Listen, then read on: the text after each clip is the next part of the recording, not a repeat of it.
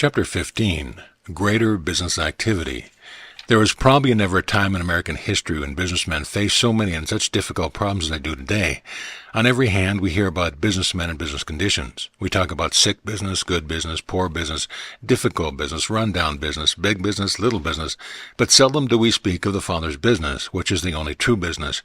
Businessmen lie awake nights thinking, planning, and trying to find a way out. Baffled in every direction, they grow frustrated and tired. If they do this, the result is likely to be disastrous. If they do that, matters may seem worse. The way out is not through the ceaseless and futile activity of the human mind, but through the demonstration of the presence, power, activity, and control of God. When man resolves his business into thoughts, he discovers that his business is not really his, but is rather the expression of divine energy, God's activity, through him. Jesus recognized this truth when he said, "I must be about my Father's business." Christ has come not only to save the world and heal the body, but to bring perfection to every department and activity of life. "I am come," he says, "that you might have life and have it more abundantly." I am come to demonstrate the activity, power, and control of God as a present possibility. How is one to demonstrate this greater activity in his business? There are two rules.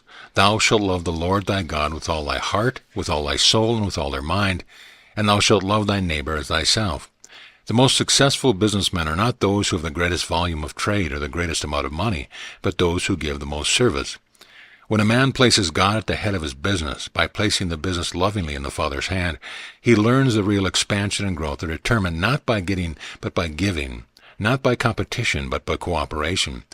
Changing his material and false concepts about his business and replacing them with spiritual and true concepts, seeing each customer or patron as a child of God, and recognizing his work as that of expressing God, cause limitation and hindrances to fall away from him. Inflation, fluctuation, and depressions can have no effect upon him. In a business crisis, whether business is good or whether it is bad, the one thing every businessman wants is greater activity. Life is activity. Lack of life is stagnation, disease, failure, and death. Business in any form is but the activity of God's mind. This activity is ceaseless, changeless, eternal, and perfect. It is unaffected by declining values, commodities, and losses. There is nothing that can modify, magnify, or diminish it. But why talk about God's activity unless we connect up with it and put it to work in our affairs by knowing that the government shall be upon his shoulders?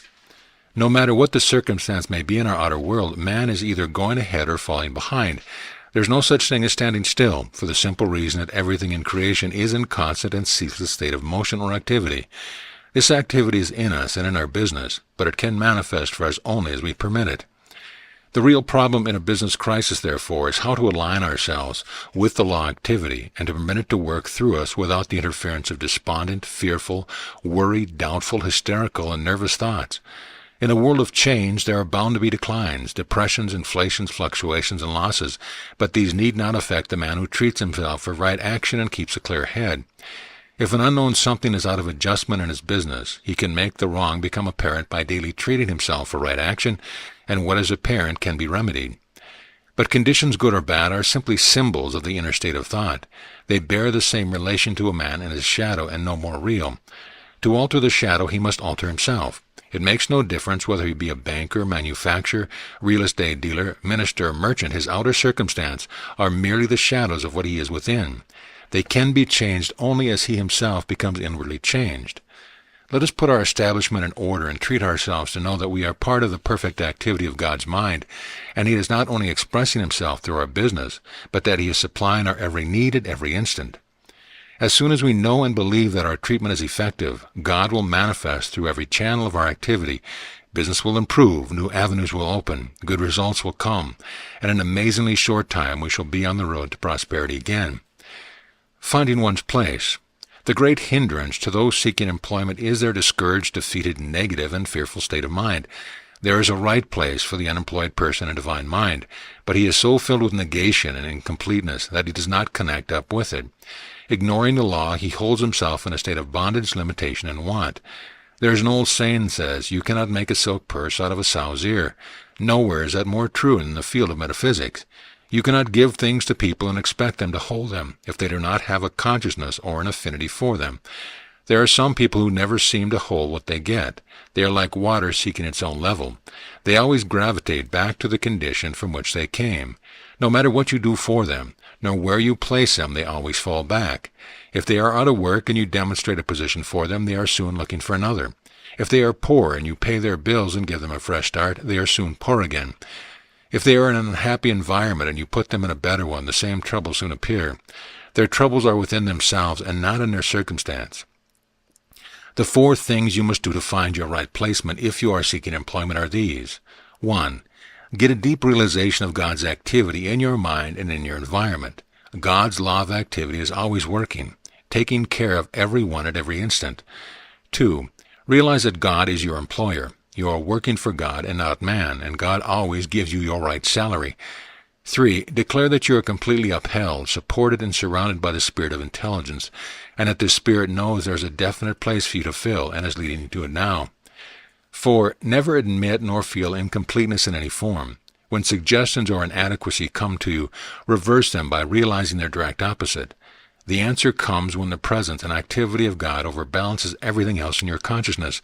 Work until you have a great realization of God's activity than you have of the stagnation in your affairs. Talk yourself into your rightful place.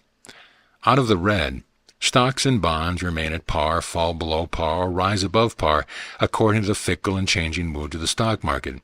The mind of man operates in a similar way on the plane of experience. Life, flowing through a neutral and undisciplined mind, continually oscillates between these 3 positions: par life, below par life, and above par life. Par life is life as it appears, an admixture of good and evil. Below par life is life as we make it by our slack, limp, and negative thinking. It is a divided life, moving in many directions. Above par life is life as it really is, designed by God, whole, perfect, and complete.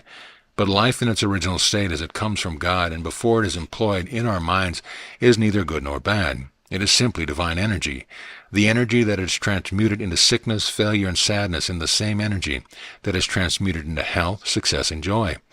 The energy that poisons, devitalizes, defeats, depresses, and impoverishes us is the same energy that purifies, elevates, stimulates, harmonizes, and prospers us. The difference is not only in the energy, but in our relationship to it. It is in the use we make of it.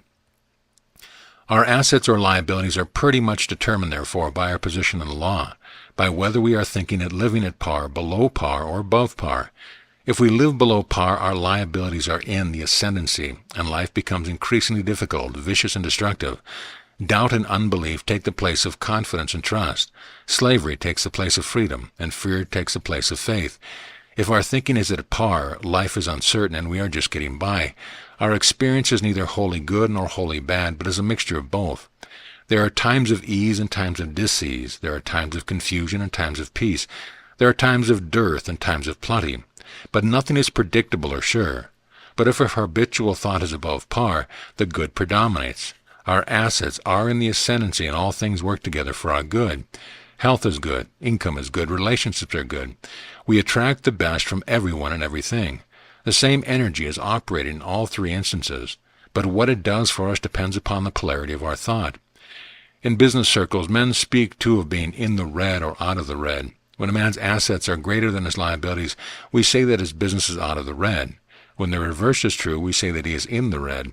Then how can a man change the color of the account in which the state of his health, his mind, and his life are kept from red to black? By entering his mind in God, and by keeping it so filled with love, truth, and faith, that the things that undermine, destroy, and lower the tone of life cannot gain entry to it. When par life is closed to evil and open to good, man is secure. The only way his life can go is up. The Christ is lifted up in him, and he hears the voice of God saying, Behold, I am with thee, and will keep thee in all places whither thou goest, and will bring thee again into this land. For I will not leave thee until I have done that which I have spoken to thee of.